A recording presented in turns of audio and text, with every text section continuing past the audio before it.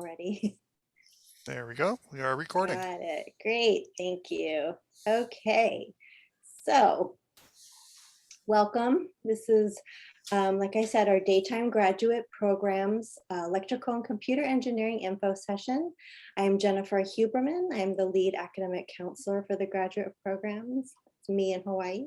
And we have Mac Carter here as well. You want to say hi? Hi, everyone. I'll also be putting in text in the chat, so everyone will hopefully have links to work with as we go along. Yes, please feel free to ask any questions that you have through the chat as well. He'll be responding as we go through the presentation. And then if you have any questions for our faculty, our professor who's doing a research presentation, or our student, we can reserve that for the end of their presentation, but you can feel free to put it in the chat at any time. So again, I'm Jennifer and we have Mac.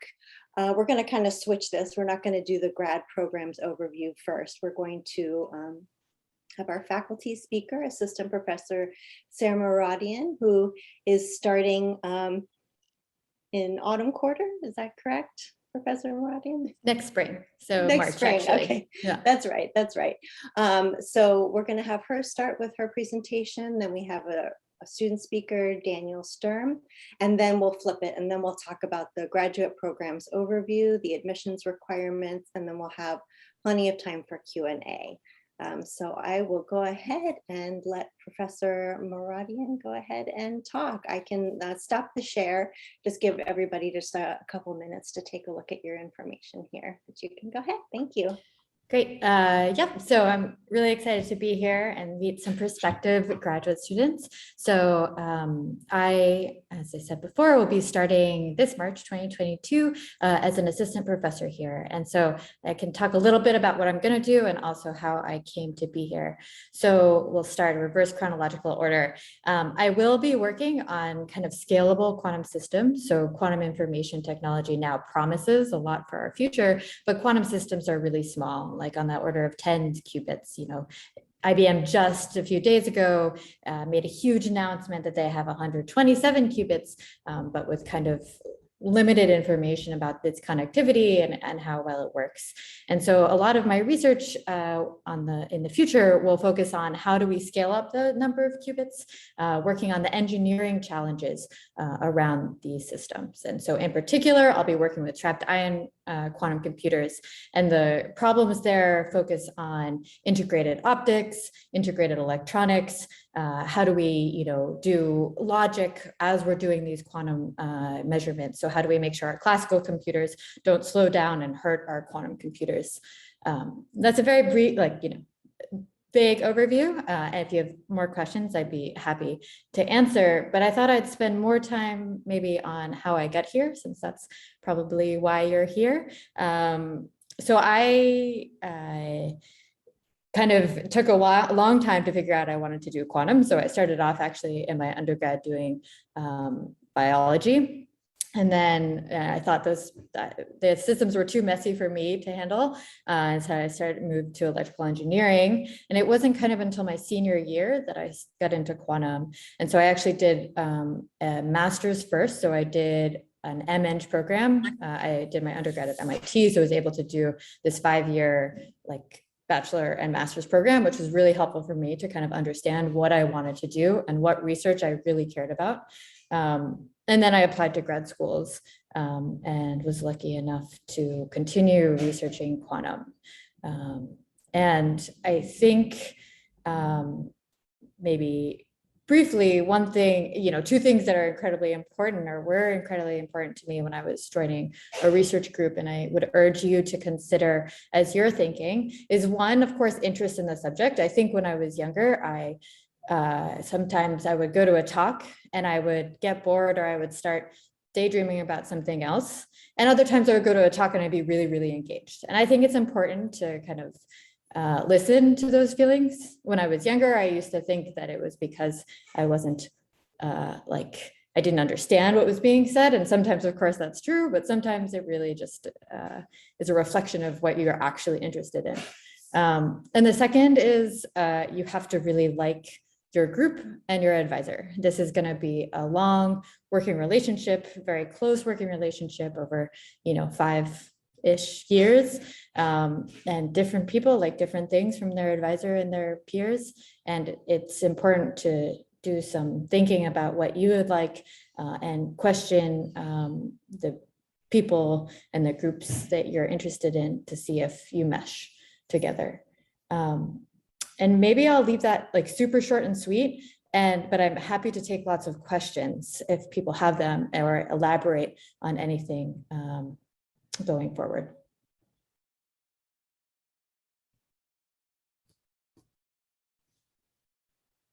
Well, everybody's getting their ideas together on what they might want to ask you. I have a quick question.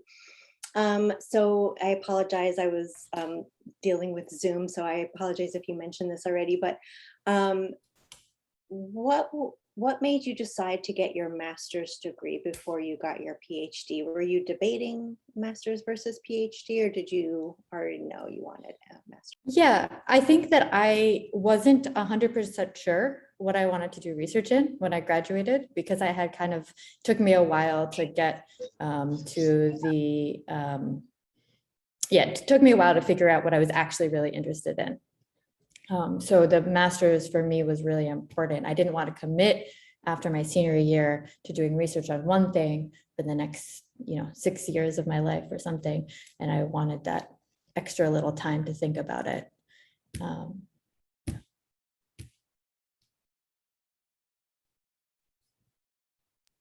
Do we have any questions for Professor Moravian? Mac, do you see anything yet?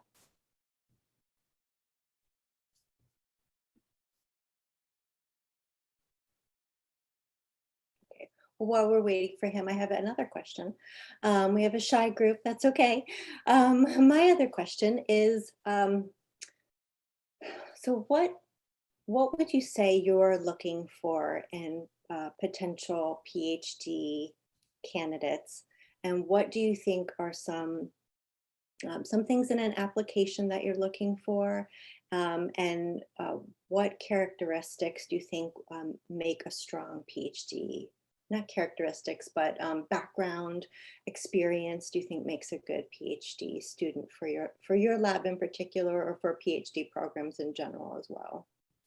So first, I can answer in general. I think I am looking for somebody with a lot of curiosity. I think that it's important to remember that a PhD is incredibly different from an undergraduate education. When you're doing an undergraduate education, there's always a right answer, and you're trying to get to that right answer. When you're doing your PhD, you don't know if there's an answer or not. And so you have to be first curious and second humble. So you have to be able to acknowledge that maybe something that you're doing is wrong, because you might have to fix something, right? It happens every day in lab. And so when I'm looking, if I talk to somebody, what I'm looking for is curiosity, passion, a sort of kind of like hacker attitude. So like, let's just try and see if this works. And, sometimes you have to work through the math, and sometimes you have to try, and you need some combination of those two skills. And then maybe more specifically, background, research experience in the past is always helpful, just to be able to understand that you like doing research, because not everyone likes doing research, and that's okay. And also, of course, strong grades in relevant classes. So for me, that would be something like an E&M class, electricity and magnetism class, or an optics class if you've taken one, and some core math courses. But in reality, a lot of this stuff, at least for me, I learned a lot of stuff, you to keep learning during your PhD. So the main thing is curiosity, humbleness, and perseverance, I say. I see that we actually have a person in the chat, Alice, asking, could you share more about your research and what launched your interest in quantums specifically? You mentioned taking time to think about commitment to a topic, which sounds like a great idea. At what point did you discover those passions and curiosities and decide to commit to a research area? I don't think you're ever like fully committed, but for me, quantum is, I like quantum because it is so interdisciplinary. So it works with you have to know some physics, but in all honesty, the physics is like fairly simple, right? And especially with these small scale systems, you're working with, a few atoms and you're trying to control them very well. But then on top of that, you have electrical engineering, right? You have to be able to control your control fields. You have to know your electronics and your optics. You might even need to know some material science. So there's always, I've worked, I guess, in 3 labs in quantum, and in each one I've got to learn new things, which for me is very exciting. And it's kind of why I decided to stay in academia afterwards, because I always like new challenges and new things, maybe just because I get bored easily, but also I think it's fun to learn new things. And then maybe more specifically, I can talk about my research. So I did my PhD in a different quantum system in NV centers in Diamond. And then I moved to my postdoc where I work with these trapped ion qubits, which are some of the most coherent quantum systems around. So they have coherence times of milliseconds, which means they can keep their state, for kind of macroscopic times. They have the highest fidelity gates, so we can do operations on them, as precisely as any other system. And the problem here is not the quantum system. The problem is our classical control fields and the purity of our classical control fields. And I'm doing this postdoc in a physics lab, but it became clear pretty quickly that a lot of the project problems are actually electrical engineering problems. And so that very generally is what I'm going to focus on. Maybe more specifically, it's going to be some integrated optics to better control the electronic and motional state of these ions. So that's some fabrication, some simulation, and some atomic physics, vacuum work, building up these systems from scratch. Okay, and I see we also have a question from, looks like Yvonne Chong. She would like to know, would you suggest that I take circuit class as an elective to get into ECE graduate school? That would be a good question for you as well. But in general, we're going to be going over some of the admissions requirements, including students who don't have an EE or ECE background. So I'm happy to talk about that later. But if you want, I don't know if you want to answer that as far as quantum goes, that maybe if that would be helpful as well. Yeah, I can speak for me personally. That would be a great addition to a student's skill set. But yeah, I think the more general answer will hopefully come later.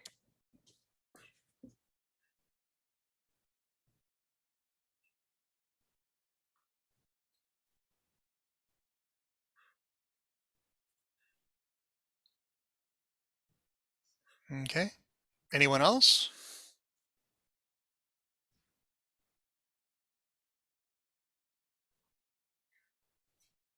Okay, well, I was looking to see if we had any. I have another question as well.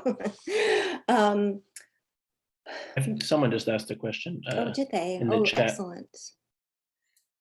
Oh, yeah, we've got Alice Excellent. again. Let's see here. She goes and she says, I too would like to remain broad in my studies to explore more areas. Do you find that you have the autonomy to define your studies as you see fit? I think in many ways, that's the whole point of a PhD. You work with your advisor and your advisor helps you figure out what is reasonable and how to, get the things done that you would like to get done. And your job is to, explore as you would like to explore. Otherwise, you would not be doing a PhD, I guess. Of course, in practice, it's, you do have to pick one topic at some point, but, often that topic can be quite interdisciplinary. So, yeah. Let's see here. And then a follow-up question. How does that autonomy in a PhD program compare to your education in a master's degree? I think there's no question that you're more autonomous in a PhD, if only because like for your first 2 years of your PhD, you're also not very autonomous. And then as you learn more, you take those classes, you learn what it is to do research, you become more and more autonomous. Yeah, the PhD just gives you that length scale to be able to really delve into, define a problem. What often the hardest problem is not solving a problem, but actually defining it. So the length scale of a PhD allows you to build up your autonomy, I think.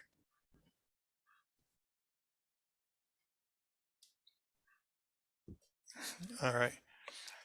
She goes and she says, right, you've grown to a position. Thank you so much. So, and thank you for your questions, Alice. Yes, great questions. While other students might be coming up with some new questions, my other question was, a question we get often from students is what's the best way, and this is obviously, we're talking a lot about PhD right now, but what is the best way to stand out and be able to reach out to a professor to be considered for admission? So, we get so many students emailing different professors and they don't get responses because, it's sometimes there's too many. We get such a large pool of applicants. And so do you have any tips or recommendations for standing out, or what are the things that you're looking for when hearing from students that might be interested to work with you in your lab? Yeah. Well, first of all, I think that you can, be reassured by the fact that your application will get looked at. So even if you don't email somebody, or even if you email somebody and they don't respond, your application will still be looked at. And oftentimes, if you email a professor and they don't respond, it has nothing to do with you. It just has to do with the busyness of the professor. I think, to better your chances to get a response, you should show that you really care about the person's research, or that you at least have looked into it enough and you're not just writing an email to all of the professors, with the same information. And you should definitely include your CV, and if you have it written, some sort of personal statement, or a statement of purpose, I think they call it, just so the professor can have a better idea.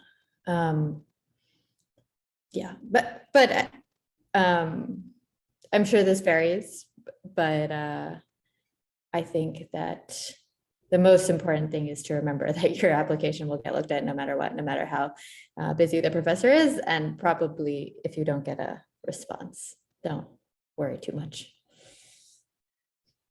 Yeah, that's definitely what we tell students. Just because you don't get a response, it doesn't mean that they're not going to consider you, or that your application won't be looked at. But definitely keeping it focused on the research as well is one thing that we recommend.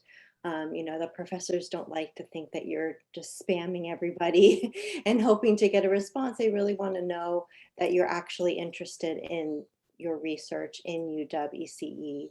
We like to feel special too. Exactly. And that you can kind of make that connection between, like you were saying, the good fit between a faculty member and a student, because it's not just the research, which is a huge part, obviously, but it's also, the connection and the interest and the passion. And you want to make sure that that is a good fit. And it's not just, I want to get into the PhD program, but I'm trying to find something that I'm really interested in. So yeah, thank you for that.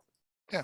And in the chat, we have a student who is apparently doing a thesis work on photonics computing and building AI hardware with SI photonics. And their question is they would like to know if you have any positions for PhD students to work with, or to work on the integrated photonics or quantum computing projects. And if so, how to go about contacting you. Yeah, I would echo what I said before, which is that I definitely have positions open. I have to hire a whole slate of new graduate students. And I think definitely feel free to email me. And if you apply, I will look at your application. So.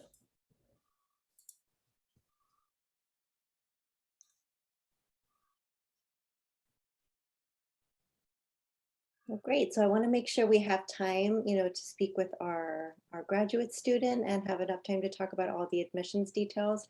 So if anybody else had any last minute questions for Professor Moravian, we'll go ahead and let Dan Stern talk. Thank you so much for joining. We're very lucky to have you here and excited that you're going to be starting soon. So thank you. Thanks. Okay. So Hey, everyone. Share. I'm just going to give a little bit about you, Dan, while you're beginning your talk. So go ahead. Hey, everyone.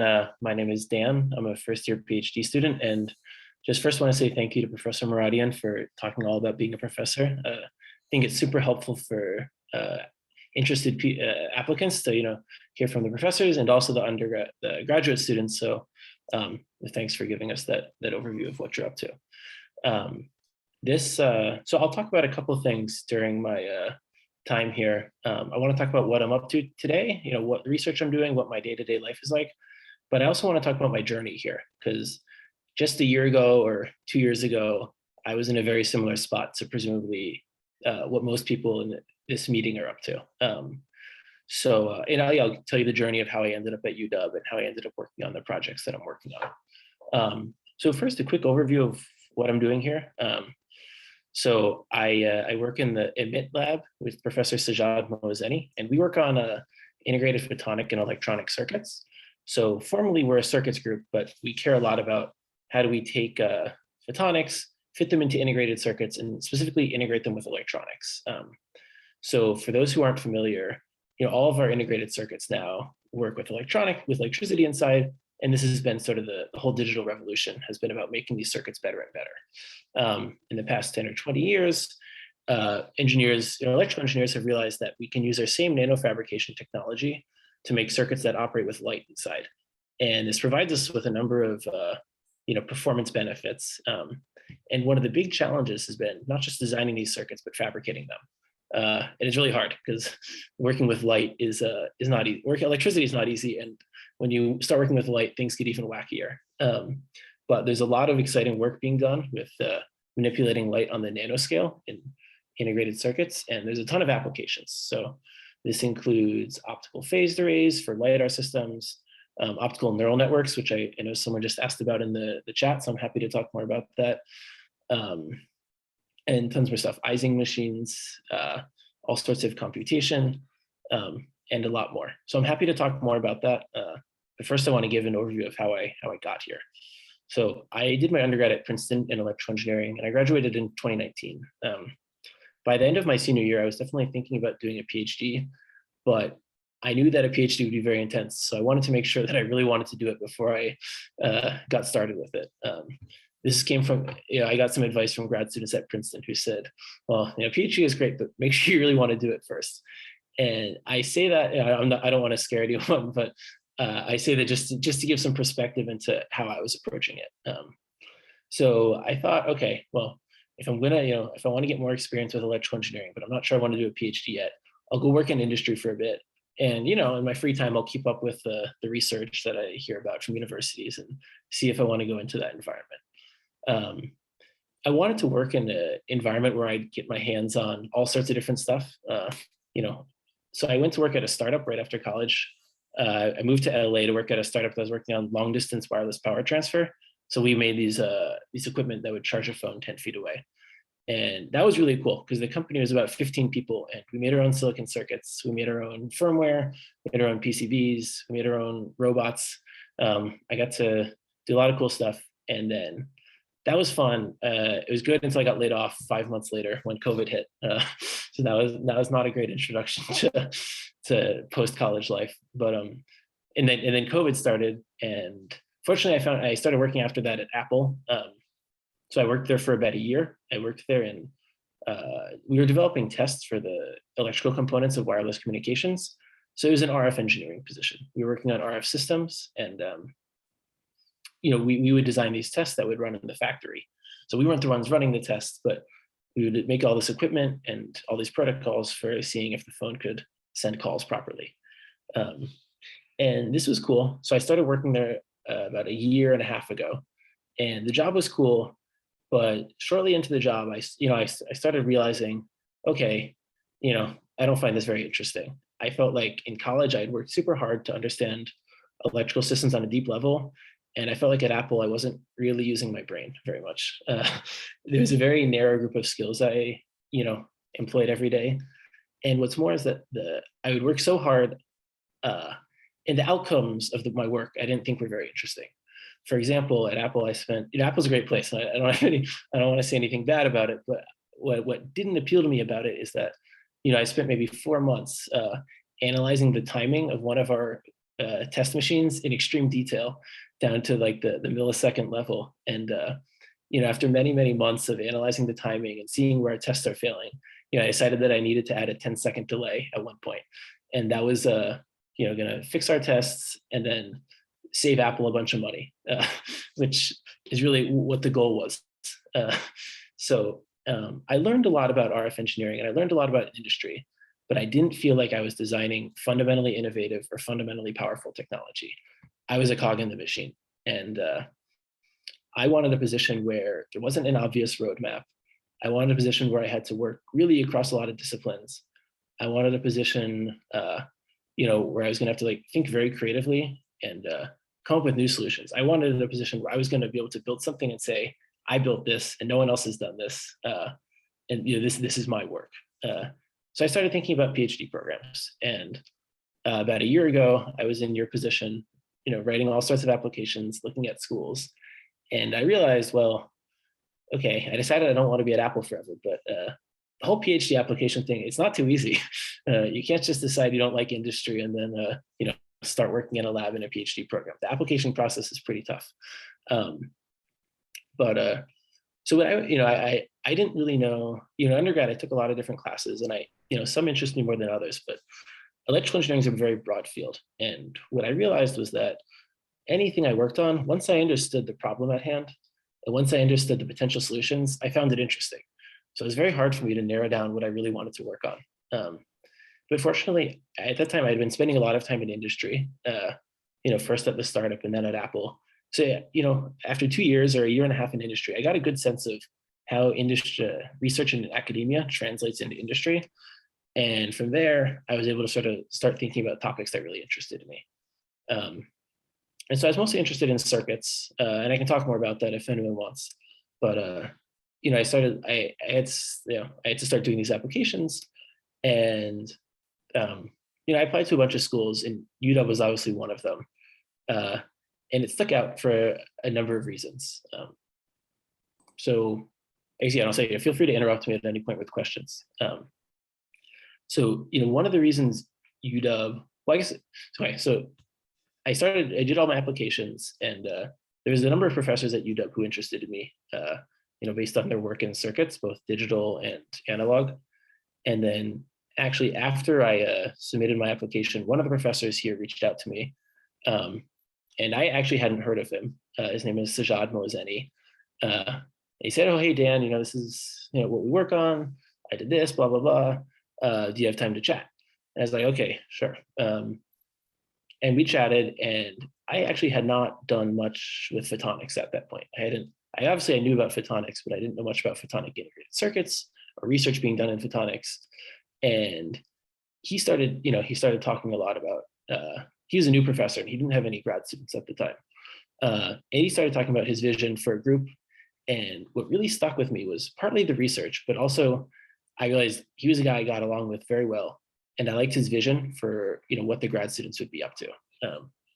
When I worked at the startup in LA, the people who started the company, they impressed me because they really had a good sense of how everything in an electronic system came together. They didn't just have one narrow skill. They knew how, they had some very specific skills, but they knew how to integrate everything.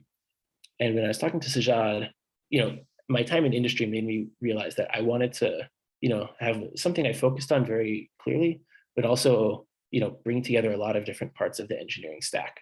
to make technology and not just create one super small part of it. And it was cool talking to him because he outlined the projects he wanted to work on. And he had a really strong sense of all the different skills grad students would need to use.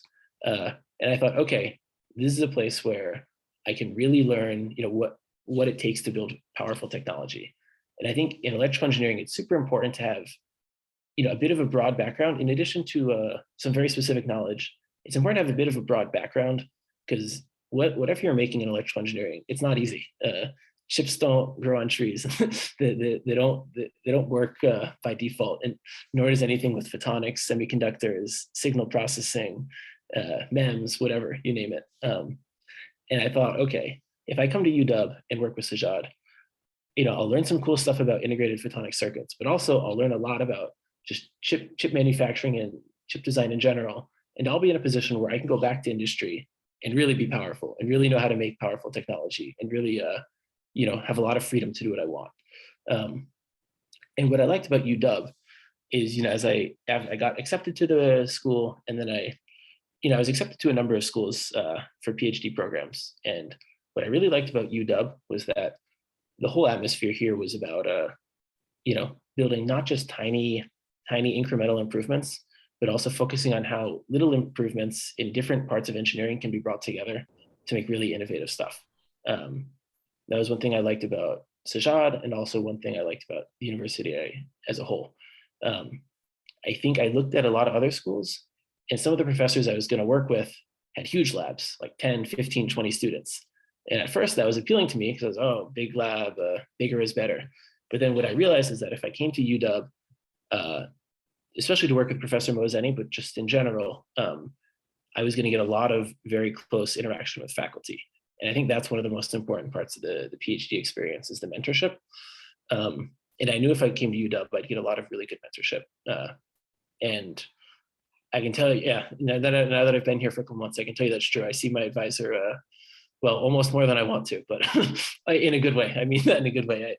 I have friends at other schools who, they fight with their other grad students just to get half an hour a week with their advisor. And for me, he's eager to do a lot of research, and UW has a very collaborative environment. And so it's not just him who I get to talk with a lot. I've become familiar with a number of the professors here, either from taking their classes or just getting to know them. And, I get a lot of great access to faculty here, which is super valuable.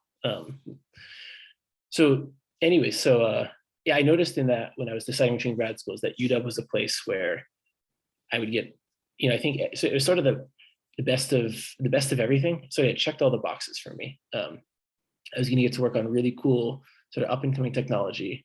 I was going to get to, work very closely with the professor and get lots of attention. And then finally, Seattle's a cool place. If any of you have friends who aren't, doing PhD programs, probably a lot of them move to Seattle. Seattle is great for people who are young. And I have a lot of friends in Seattle. So when I was thinking about grad school programs, I was thinking, okay, well, Seattle's a place I might live even if I wasn't doing a PhD. And I'm not going to mention any other schools, but there's a lot of schools that I didn't want to live in that place. So I really think this is a good place to be. You're going to be in a PhD program for at least 5 years, maybe 6. So you don't want to be somewhere where you're not happy living. And Seattle sort of got it all. It's great outdoors place. Lots of fun stuff to do in the city. There's tons of food, tons of different people. It's a good place to be. So and the weather gets a bad rap, right? It's not as bad. I mean, not right now. It's not as bad if you look outside, but we get some amazing summers, right? yeah, and the weather here is much better than it's much better than it's rap. So yeah, with that, I'm happy to talk more about my journey, what I like about UW, what I'm up to every day, the projects I work on. But I guess first, are there any questions?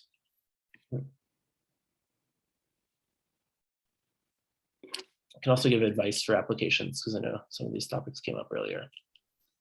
That would be helpful while we're waiting for students to come up with questions. But I had a quick question is why did you, I know the value you got from being in industry, which is a really, really helpful question you answered, but was there a reason that you decided not to do your master's first because you were ready to go into industry? You were just kind of anxious to get that experience.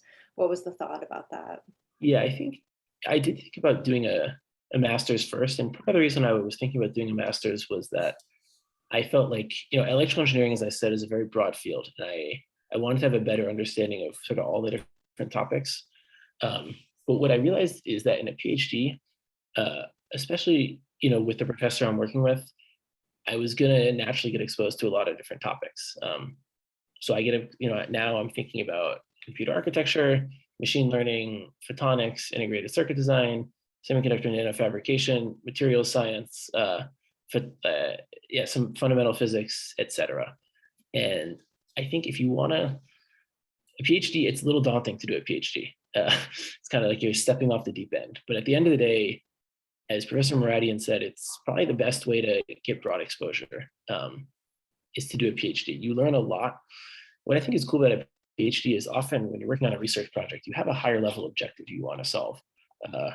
And I think if you just go into a class and you say, I'm going to sign up for Intro to Photonics, you can take some notes and you'll learn some stuff. But I think when you have motivation that comes from a project and from achieving a higher level goal, you learn a lot better. And what I've realized now is a lot of how I learn now, I take some classes and I learn from that. But a lot of how I learn now is I read papers where they're talking about, oh, here's a new optical neural network for machine learning. Or, here's a new semiconductor material for phase change material that we can use for, photonic absorption. And then I read the paper and I find a little part that's confusing. And then I have to go look at a textbook to understand it. That's a really good way to learn because you understand the impact and you understand the higher level objective. So I think although a PhD can be daunting and sometimes a master's seems like a better option, I think a PhD is a really good way to get a lot of, you get like kind of a master's and then a lot more. So I think it's worth stepping off the deep end. What's good is that, most PhD programs, as long as you talk to the professor beforehand to make sure you get along well and make sure they're going to support you, you're not going to drown. It's like diving off the deep end, but with an oxygen tank or something. And the deeper the water, the more there is to see. So if you have the oxygen tank, it's a good experience. And following that up, we actually have two questions in the chat, both basically on your schedule. Alice, of course, expresses her thanks and wants to go and know if it's possible to go into work in industry and do the PhD simultaneously. And Taehoon wants to go and know what your daytime schedule is like. Yeah, so I'll start answering these questions. I might get off on a tangent, but feel free to pull me back. So yes, to the first question, I left industry. I think it's pretty common for people to do sometimes a nighttime master's where they work during the day and take classes at night. For a PhD, I've never heard of that. It's like a full-time job. Well, and then some. A lot of PhD students work pretty hard, but I think I think one of the reasons people sometimes do a master's at night is you have to pay for, it's expensive. And if you're still working, well, then that's good because you can make money. This is one reason I liked being in industry first. Not only did it give me time to think about what I wanted to do and what I wanted to do within electrical engineering, but yeah, I mean, Apple pays pretty well, so that was nice. It was definitely, I mean, going to a PhD program, you don't get paid much, but what's nice about doing a PhD program is you're not paying tuition. So I get, all my tuition is waived and I get a stipend for either teaching or doing research. So a lot of people, I think, don't realize that you don't actually have to pay for a PhD. You get paid to do a PhD. Maybe I'll just jump in here and say you should not do a PhD if it's not funded. Yeah. And this is, I think, one recurring theme that was brought up between Professor Moravian and me is if you're going to do a PhD, you want to go to whatever school, you probably want to have contact with at least one professor there, and know that you can work with them and they'll take you on and they'll have some funding for you either as a research assistant or a TA. And we have 4 years guaranteed funding for PhD students, so keep that in mind. Unfortunately, we don't have any guaranteed funding for our MS students, but for PhD, it's 4 years guaranteed. So just a little side note. Yeah, so that's why And I think, yeah, actually, I actually like am very grateful that I spent a bit of time working in industry, mostly for the experience gained, but also, yeah, it's just nice to have a little more money to fall back on. So yeah, I guess I'll go back to the question about my daytime schedule. But a question just popped up. What about doing a PhD but not interested in teaching? I wouldn't worry too much about the teaching. So, you know, the way it works is you can either be funded as a research assistant or a teaching assistant. And if you're doing a PhD, you probably want to do research. And the less time you're teaching, the more time you can do research. So that's good. Teaching is usually something where your advisor, they have so much money. They only have so much money to fund the students. And one quarter they might be like, hey, can you TA? Because then they don't fund you, then the university is funding you. So you will probably end up being a TA at some point if you're a PhD student. But I would say most people I know here, they're not TAing every quarter. So I'm TAing currently, and I probably won't TA again until next year in the fall or even the winter. And then I think after that, my advisor said I'll just be done. I'll also mention there's a lot of fellowships you can apply for, both within UW and outside of UW. So one of the well-known ones is the NSF Graduate Research Fellowship, excuse me, where you basically get 3 years of funding, which is great. Because then you're guaranteed to not have to TA. And then also your advisor will be really happy. And that's always good. So yeah, I think, does that answer the question about doing a PhD in teaching? I also will say, teaching, I mean, sometimes it's you have to do, but I think often, if you aren't super busy with courses and research and et cetera, teaching can be a nice way to, get to know some undergrads. It can often be a pretty social experience. And also, it's a good way to review material that you're supposed to know. Yeah. I kind of skipped over the question on my daytime schedule. So I can talk a little bit about that. I actually have a pretty busy semester right now because I'm teaching and doing research and taking some classes. So I'd say my time is split about a third between TAing and doing research and taking classes. It varies week to week. So on a given day, we in the class I TA, we have labs. So with the labs, we do circuit design in these labs, and we're using sort of different, using what's called different GPDK compared to last year. We're using slightly different circuit elements. So every week I do the lab and update it. So I do the lab and I sort of change some of the figures, change some of the requirements. And that takes a couple hours. I do that once a week. And then say I'm just constructing a random day that's supposed to be an average sample of my normal day. So I'll do the lab and then say I go to class, so that's 2 hours. And then after that, I'll work on my research project. I guess I haven't really talked about my research that much, so I can talk about that now. I'm working on using integrated photonics for machine learning accelerators. So just the 30-second or 1 minute version is that a lot of machine learning calculations are dependent on multiplying matrices together, a lot of matrices. And your conventional CPU, like sort of the chip inside the laptop computer, is not really good at doing that. It's very good at doing a lot of different things, but it doesn't do any of them super well. And basically, if you want to multiply a lot of matrices together, you need a lot of multiplying elements. So people in the past 10 or so years have started developing dedicated processors for doing these machine learning calculations, where the hardware is constructed physically in a way that makes it easy for data to flow and easy to reuse data and easy to do a lot of multiplications. So like companies like NVIDIA might make a lot of these, or Google makes its tensor processing unit. All sorts of chip manufacturing companies make these. But one of the really hard things about electronic circuits is that they create a lot of heat. There's always some resistance and there's a lot of current flowing. And when there's more resistance, more current, we generate a lot of heat.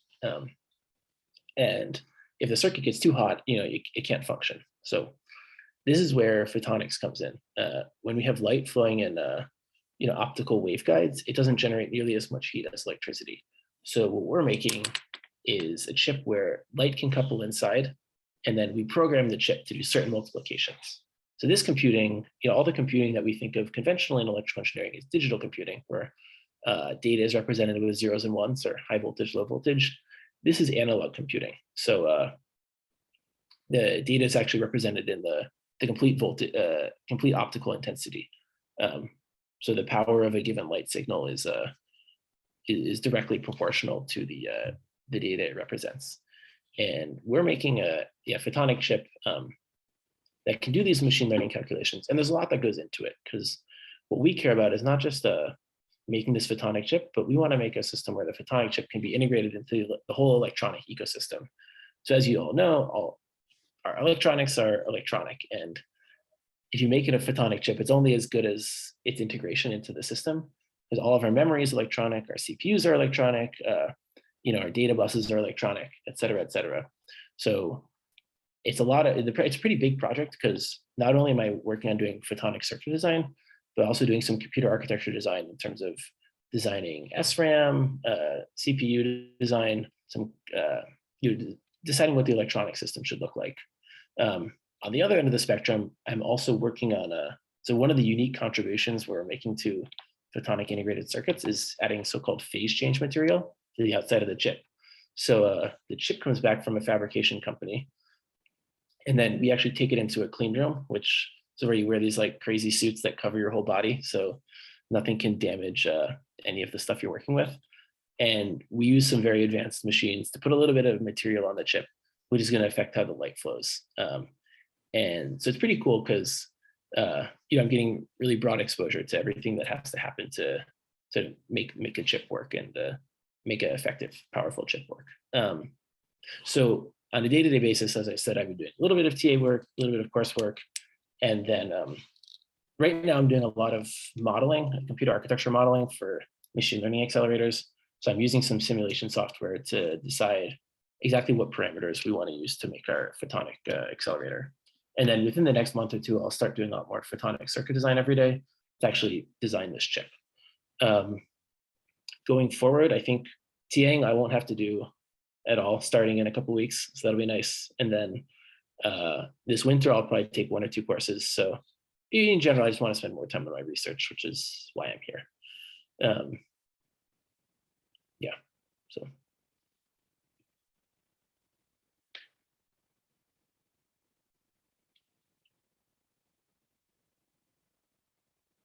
Okay, yeah, so what kind of courses do I take as a PhD student is the question. So that is a good question. I think, well, I can tell you a little bit about how I approached this a year ago or 2 years ago and how I think about it now. Back when I was in undergrad, I would talk to PhD students about what they're working on, and it was all way over my head. And I was like, how am I going to ever understand any of this? And I used to think, okay, I'm going to have to take 100 courses at the start of my PhD to ever do any research. And what you realize is that if you've done your undergrad degree in electrical engineering or applied physics or whatever you plan on working on, you probably learned enough fundamentals to start doing research. You don't have to take 100 courses to, do research. So the courses I take now are, part of it is stuff that's going to help me with my research, and then part of it's general interest. So since I'm at the beginning of my PhD and I'm working in photonics and circuit design, I care about taking some photonics classes and some circuit classes. I have a lot of circuits experience from undergrad. So right now I'm mostly focusing on photonics, just getting a better sense of all the nuance of how light works. That's really important to the chips we design. What's nice as a PhD student is your grades really don't matter. I know people say that about undergrad, but like in PhD, your grades actually really don't matter. At least not in engineering, because what people are going to judge you on is your research. What did you contribute to the world? For example, if you pick up a phone, you care how well it works. You don't care what grades the engineers who working on it got. So your grades really don't matter. So what's nice is that you can really take courses based on what interests you and what's going to help you with the research. So for example, I'm taking a photonics course now. In the winter, I'll take a course taught by my advisor on integrated photonic and electronic circuits. In the spring, maybe another course on nanophotonics. or maybe something that interests me. I'm kind of interested in image processing, and I never really thought much about it. So at some point in my PhD, I'd like to take a course on that. Maybe a course on applied quantum mechanics for engineers. Courses, I mean, it's pretty fun. You can sort of, you have a lot more freedom as a PhD student to put in the effort you want to put in, take the courses you want to take. But I will say also, UW has, what's nice about going to a bigger department like UW is there's a lot of courses, and whatever you want to learn, UW will have a course for it. It's nice because one, as a bigger department, we offer more courses, and also with a quarter system, there's just more courses. So there's more flexibility. So it's pretty exciting. I mean, courses are kind of like, I don't know, cherry on top of the PhD program. So yeah, it's pretty low pressure, but you can get a lot out of it if you want to. So.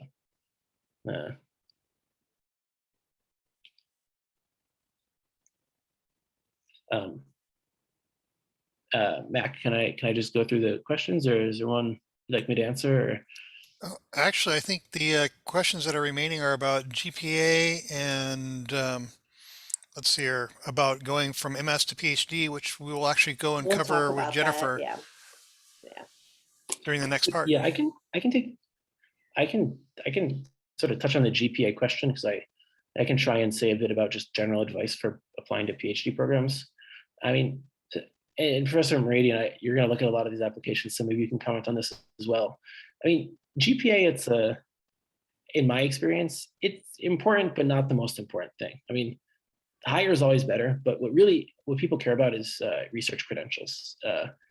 And I think the most important way of demonstrating to UW or any other school that you are good at research is through the recommendation letters. So what I really recommend is part of it's doing research when you're an undergrad. If you have access to working with a professor and working in a lab and doing some research, that's really great.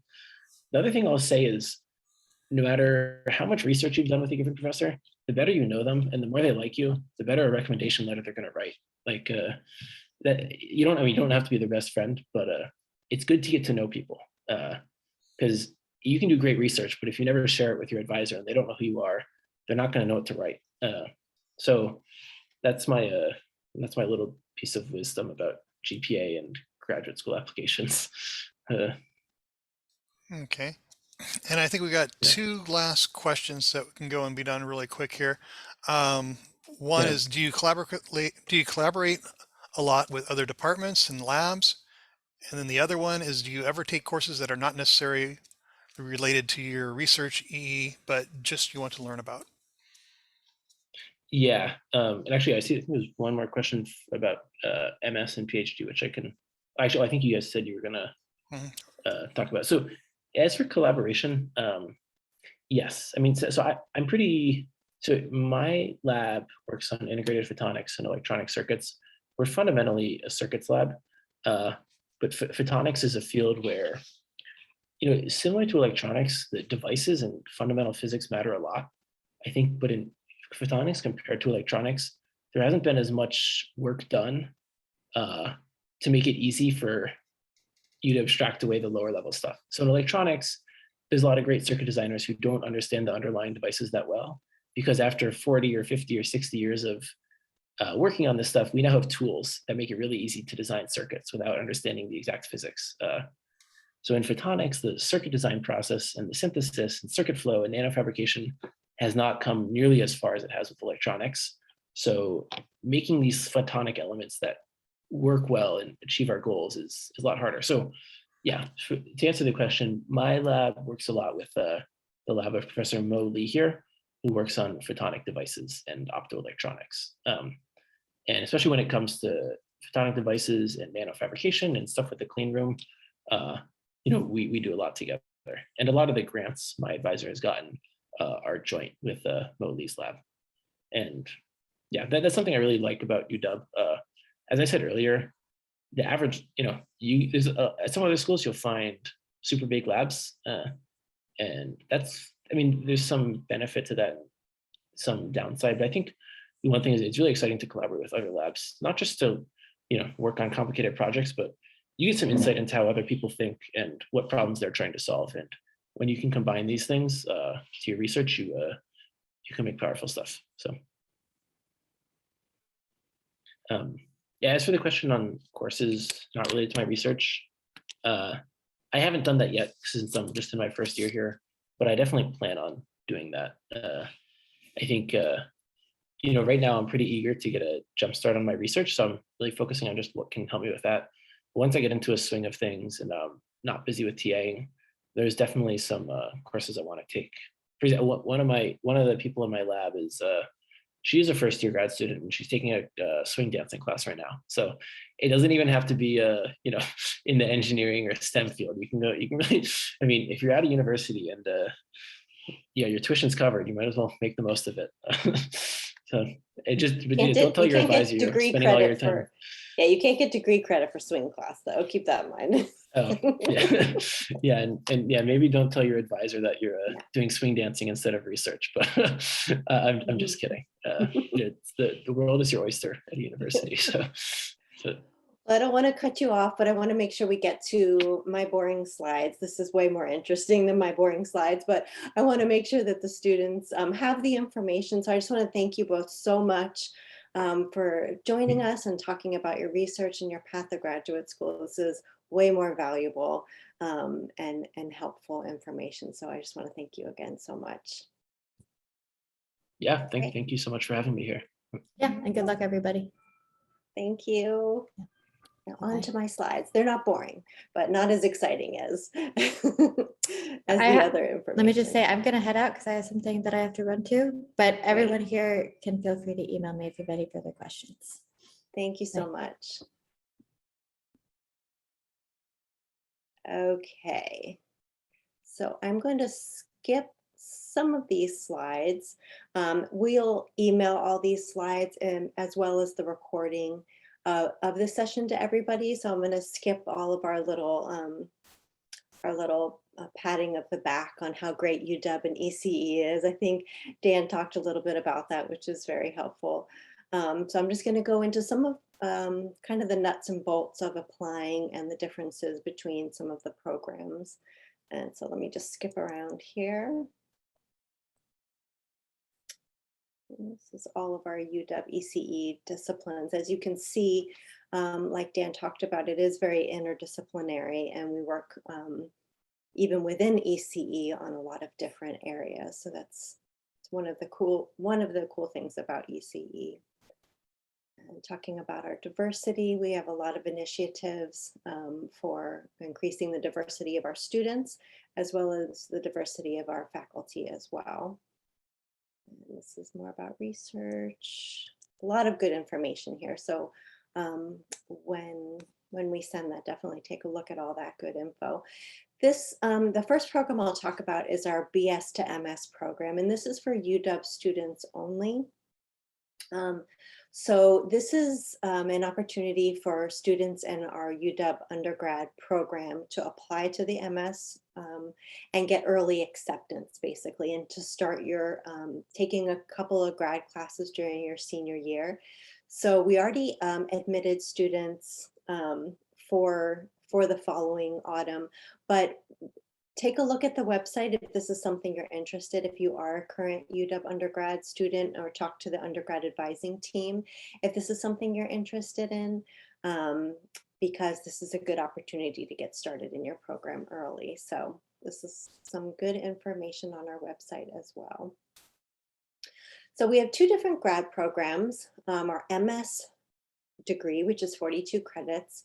We have a coursework or a thesis option. So you do have the option, if you're interested in doing a thesis, to do that. You don't need to declare it when you apply or when you start your program. Sometimes this is something that, students might maybe take a couple research credits in their first quarter and decide that this is something they're actually really interested in and may not have realized that before. So that is an option. And then I think a student did ask this. There is an option to continue on to the PhD during your MS program. You do still have to apply, but it's a little bit different. It's a little bit of an easier process for current students.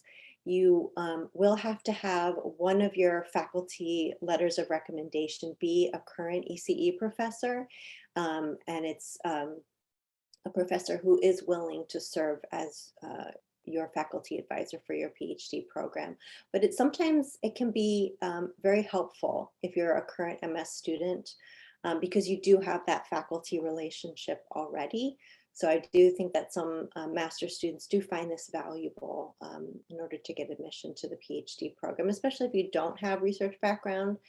It's not a requirement for the PhD, but it can be helpful. And it is also helpful if you're not quite sure if you're interested in doing research, to start the MS and sort of explore that possibility. You do have that flexibility.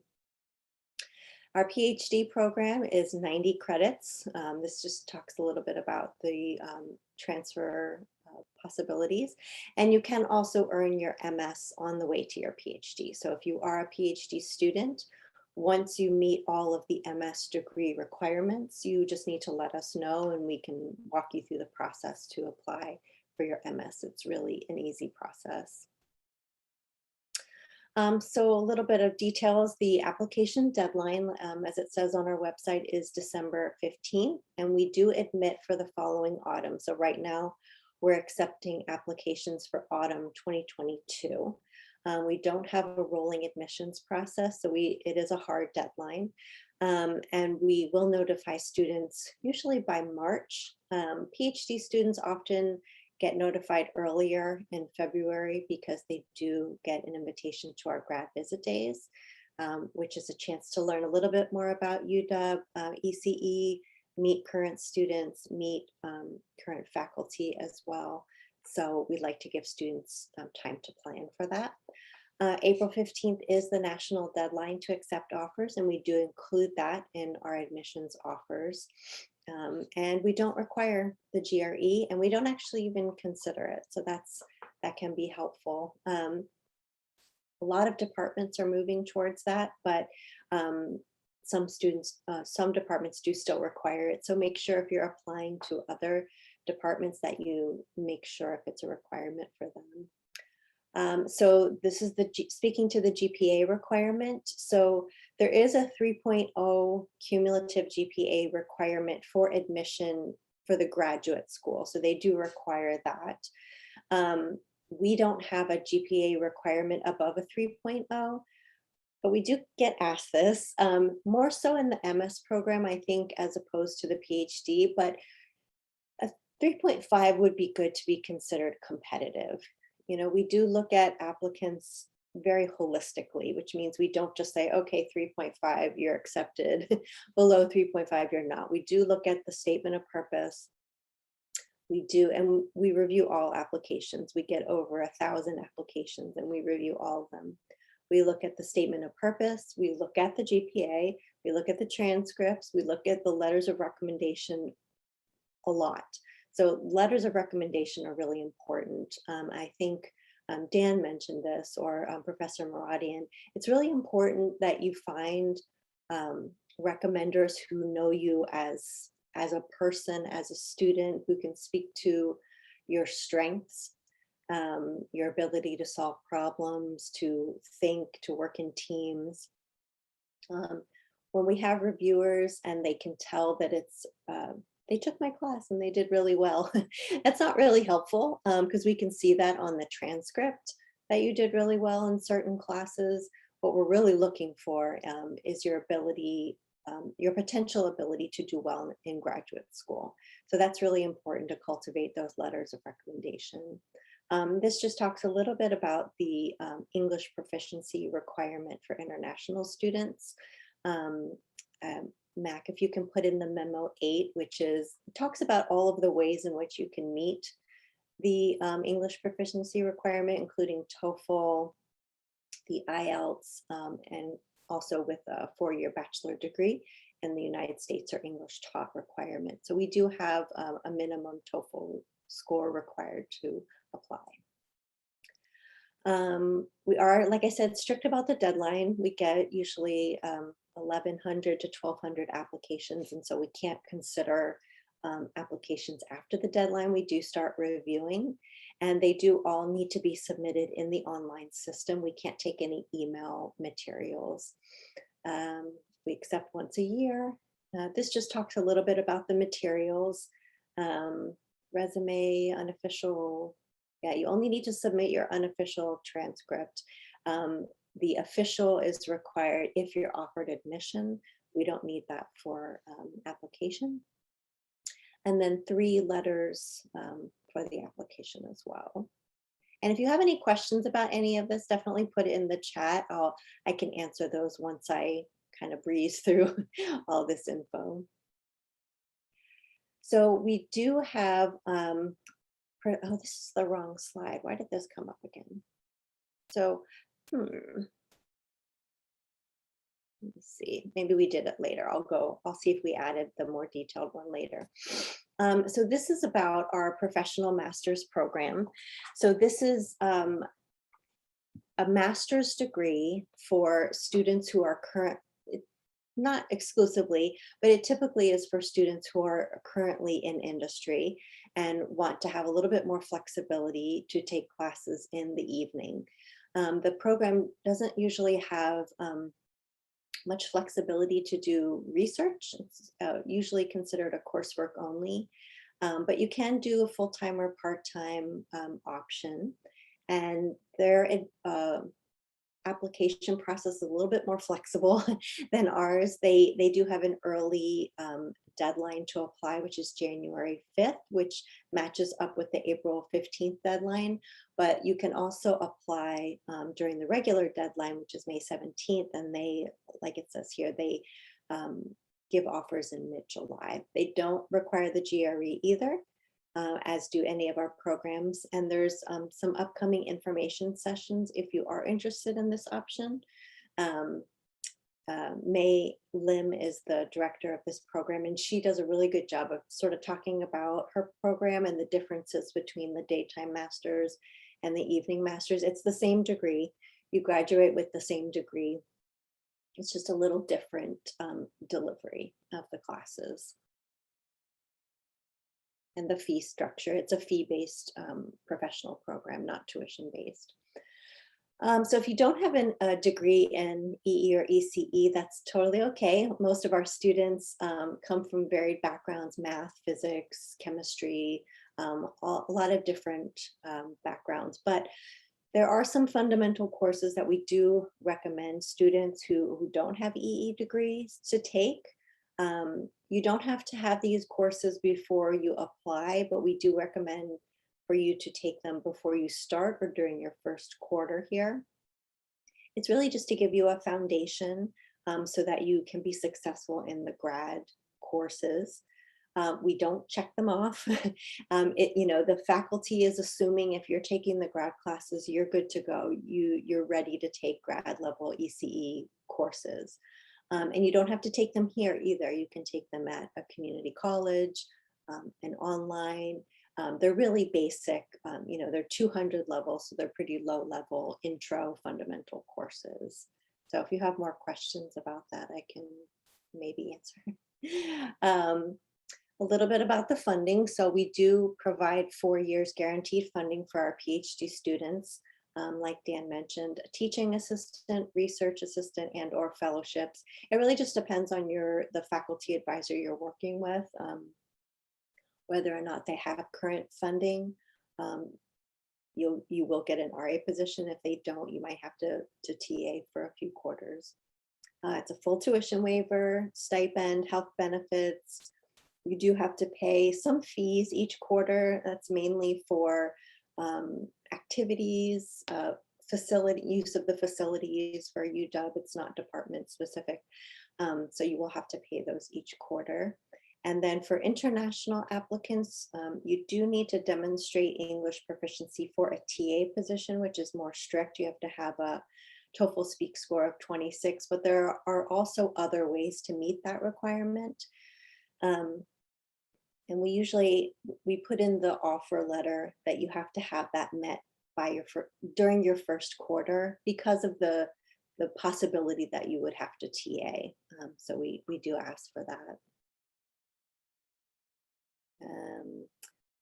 Unfortunately, we don't have funding for MS applicants, but we do encourage students to apply for fellowships and grants. We have a lot of resources available to help you find funding sources, give you some support in applying for them at UW. Our graduate funding information service is one way.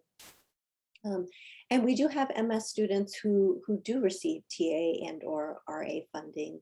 It typically doesn't happen within the first couple of quarters, but once you start taking classes, start meeting professors and talking about maybe taking research credits or working in the lab is a possibility. And we do encourage students to apply in other departments as well. So you don't have to just be a TA or an RA in our department. But because we're such a huge department, a lot of departments will advertise to us and say, hey, we're looking for TAs.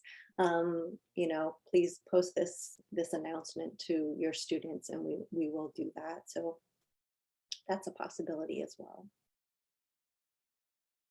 So a little bit about student life. This is just kind of a push to talk about how important it is to not just be a student, but also to find your community at UW and at ECE. And we do have a lot of ways that you can do that. We have our Graduate Student Association, which holds events each quarter. During COVID, it hasn't been as strong, but we're really planning a lot of cool new events coming up, including a post-Thanksgiving social at Big Time Brewery, which is a bar near UW, which is going to be really fun. Sometimes we've done like pumpkin carvings, holiday parties, movie nights. During COVID, we did some online trivia, which is really fun. We also have an IEEE student chapter, and they've done some fun things like a casino night, which was really fun. It's a good networking opportunity. And there's also ways to get involved if you're really interested in getting more involved, making change within the department. Maybe you are somebody who really likes to get involved and say, wow, I really wish we could improve this in the ECE department. The Student Advisory Council might be a good option for you. So there's a lot of ways, not just in ECE, but at UW, where you can find other students who have similar interests, similar backgrounds, and really find, your community. So we have a lot of resources about that as well, but we really encourage that. I think students who are more involved tend to be more successful. It might not be totally intuitive the more busy you are, but if you find your community, you have a lot more support to help you be successful. And then this just talks about, some of the student awards. There's a lot of PhDs there, but not all of them are for PhD students. There are some fellowships that are open to MS students as well. So we have some resources on our website and at UW that we can provide to students. We have a lot of resources to help you if you're interested in finding funding as well. You do have to be kind of scrappy with the fellowships. You really have to plan ahead, look at the dates requirements to submit, including the TA and RA positions as well. Sometimes you have to really sort of step outside of your comfort zone to find those positions. So keep that in mind. And then here, this is the one I was looking for. So we do have some student-led PhD application support. We have the weekly drop-in hours where you have an opportunity to meet with current students and oftentimes faculty to talk about graduate school and research. It's similar to this info session, but that is like the main focus of it, is to have that opportunity to talk. And it's actually open to all levels and professional students interested in graduate school, not just PhD students. But we have our new graduate applicant support program, which we call GASP. And this is some more detailed feedback about your application, where you can submit your application materials online and receive feedback from current students. It's unfortunately not open for this coming cycle, but if you are planning to apply next year, this is something that will open up in the beginning of autumn quarter next year. And could be really valuable to help support your application and give you feedback. And then we have, like I mentioned before, the Professional Master's Program Info Session information is here. And then our next upcoming virtual office hours is focused more on robotics controls biosystems, and that's Thursday, December 2nd. And all of this is on our website, but we'll also be emailing the slides, so you'll have access to all these links. I'm kind of going through it fast. So Mac, I know it's hard to post all this stuff. I'm not expecting you to go this fast, although he is very fast with the links. Yeah, actually, I kind of cheated on those links. If the students haven't noticed, they went and they have a very common UWECE and then a hyphen, a It's month, and a date. I'm also going to go and be posting a few of these onto the events calendar for the department tomorrow. Great, excellent. So that's it. I know I breezed through that really quickly, but I wanted, I'm aware of our time and we only have about 10 minutes left. So I want to give you guys a chance if you have questions about the material. You can also email us, grad@ece.uw.edu. We're usually, Mac is usually the one that responds, but he's pretty quick with the response. He also has perspective drop-in hours tomorrow from 2 to 3. So if you have questions then, both of us are out next week because we're off for a holiday break and vacation. So that might be a little delayed, but we will be back on the 29th. So if you don't hear from us right away, that's why. So any questions that I didn't get to, Mac, do you think on the chat? I think I covered the ones that were posted earlier. Let's see here. Herbert would like to go and know if there are interviews as part of the admission process. And there's another question about whether or not the slides will be made available. And we are going to go and be trying to send those out tomorrow. Yes, the slides and the recording of the session as well. So there are interviews usually that happen for the PhD applicants. Some faculty are more proactive about doing that than others before they make offers. And then some faculty members will do that once they make offers. So they'll do interviews as well for that. But yeah, that is usually a process for the PhD applicants.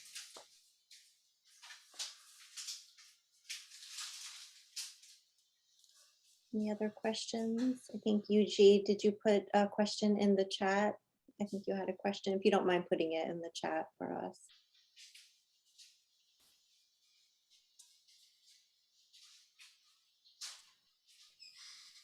Let's see here. There was one question about whether or not opting into the PhD during an MS gives you more options for funding.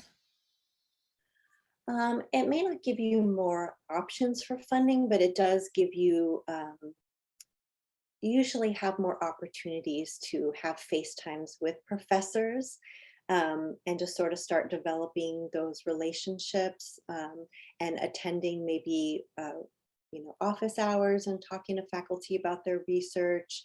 It just sometimes gives you more of like that, the connection with the faculty members. Maybe sometimes you can take a couple of credits of research while you're an MS student and sort of show the professors your passion and your interest in research.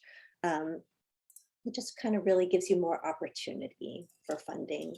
But we do have 4 years funding. So if you do get an admission offer for PhD, you will get funding. It's just if you start in the MS, it does give you an opportunity. We can't guarantee the MS students have funding. But yeah, you get a little bit more face time with if you're interested in PhD. I hope did that answer your question? I hope I answered that right. Let's see, and I have one student who is asking about how to do the calculations for the graduate. And let's see here.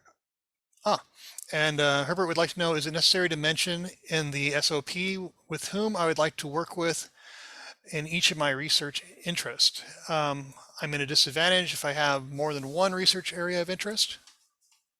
No, I don't actually think you're at a disadvantage. A lot of times we have students who apply, and you will put which areas you're interested in or faculty you're interested in. And, we have professors sort of grabbing applications from all over. Like we mentioned, it is so interdisciplinary. So I don't think it provides a disadvantage. I mean, if you're unsure of what you're interested in, that could possibly pose just challenging for a PhD in general, but not always. I mean, I think sometimes starting a PhD can help solidify your interests in what you're passionate about. And maybe you are interested in one of the areas that's more interdisciplinary and you're able to work with a lot of different groups. But sometimes that can be helpful for students who are still really unsure. Maybe take that, go for the MS, apply for the MS and sort of solidify what you're interested in. But I don't think it's a disadvantage if you genuinely have interest in a lot of different areas and have passion for different research projects. No, I don't think that will disadvantage you. You won't be alone. Yeah. And Herbert says he's unsure, but but 3 or more subjects that he'd like to explore and find the best path, which I think can be done quite a bit in the PhD, but definitely in the MS is a wide open area. Yeah, I mean, you can't like switch around for research groups, so you do have to sort of have some direction, when you are offered admission. Sometimes on funding offers, some students do get multiple offers because they do sort of have different interest areas. Um, you will have to sort of select in your first couple of quarters which research group you want to go to, but you do have some flexibility, especially if you get multiple professors interested to work with you.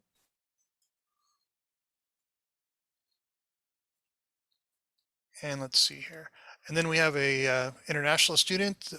They've attended an English institution like the UW for 4 years. And does the proficiency test like the TOEFL still be required? No, so if you have your undergrad degree at a United States university, or there's a list of different countries where if their majority of their instruction is in English, you don't also have to submit the TOEFL, but you can take a look at our memo 8, which kind of details all the ways in which you can meet the TOEFL, the English proficiency requirement.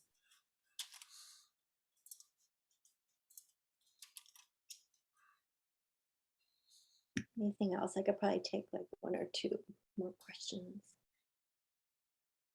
Let's see here. The acceptance rate of the master's program.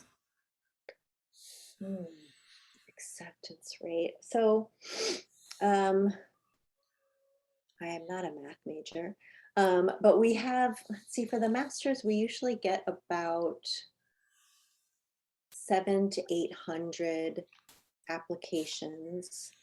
That's a really rough estimate. And I think last year we offered admission to 300, about maybe a little bit more than 300 students. I normally It go in, varies every year. It's kind of hard to strictly answer that, but that's a pretty good estimate. yeah, I think a typical at least 30 to 35% is on the acceptance rate. Yeah, I think that's fair.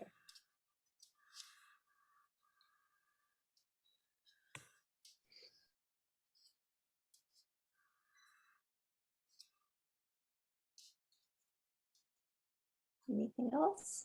If not, if you don't have a question now, that's totally okay. You can, like I said, you can email us grad@ece.uw.edu. That goes to both Mac and I. So if one of us is not able to answer, somebody will get back to you as well. So feel free to ask your question when you think of it. Oh, this is interesting. One person wants to know if they can apply to multiple EEMS, like thesis and coursework together. No, so you don't need to apply for coursework versus thesis. So when you apply to the MS program, you're just applying to the MS. You don't actually have to officially declare that you want to do coursework or thesis until you apply to graduate. But you will have to be meeting the different requirements while you're an MS student, obviously.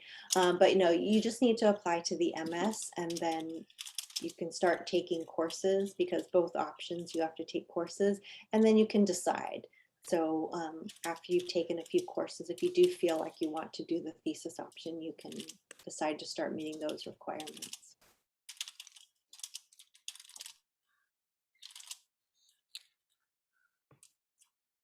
So I was just typing in that a quick note that Jen and I are both going to go and be on vacation and holiday next week.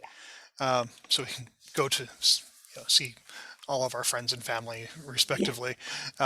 So if you do send to grad, tomorrow, I'll probably go and be able to reply pretty easily.